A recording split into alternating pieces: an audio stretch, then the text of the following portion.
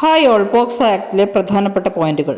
First one, ഇന്ത്യയിൽ കുട്ടികൾക്ക് നേരെയുള്ള ലൈംഗിക അതിക്രമങ്ങൾ തടയുന്നതിനു വേണ്ടി നിലവിൽ വന്ന നിയമം പോക്സോ നിയമം 2012. ഈ നിയമത്തിന് പ്രസിഡന്റിന്റെ അംഗീകാരം ലഭിച്ചത് 2012 ജൂൺ 19.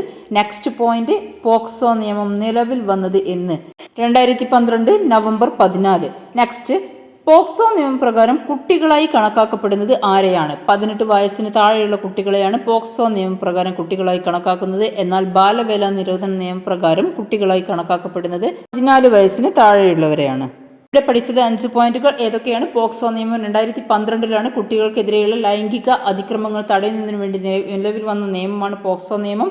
പോക്സോ നിയമം പ്രസിഡന്റ് അംഗീകരിച്ചത് 2012 ജൂൺ 19 നിലവിൽ വന്നത് 2012 നവംബർ 14. പോക്സോ നിയമപ്രകാരം 18 വയസ്സിന് താഴെയുള്ളവരെ കുട്ടികളായി കണക്കാക്കപ്പെടുമ്പോൾ ബാലവേല നിരോധന നിയമപ്രകാരം 14 വയസ്സിന് താഴെയുള്ളവരെയാണ് കുട്ടികളായി കണക്കാക്കപ്പെടുന്നത്.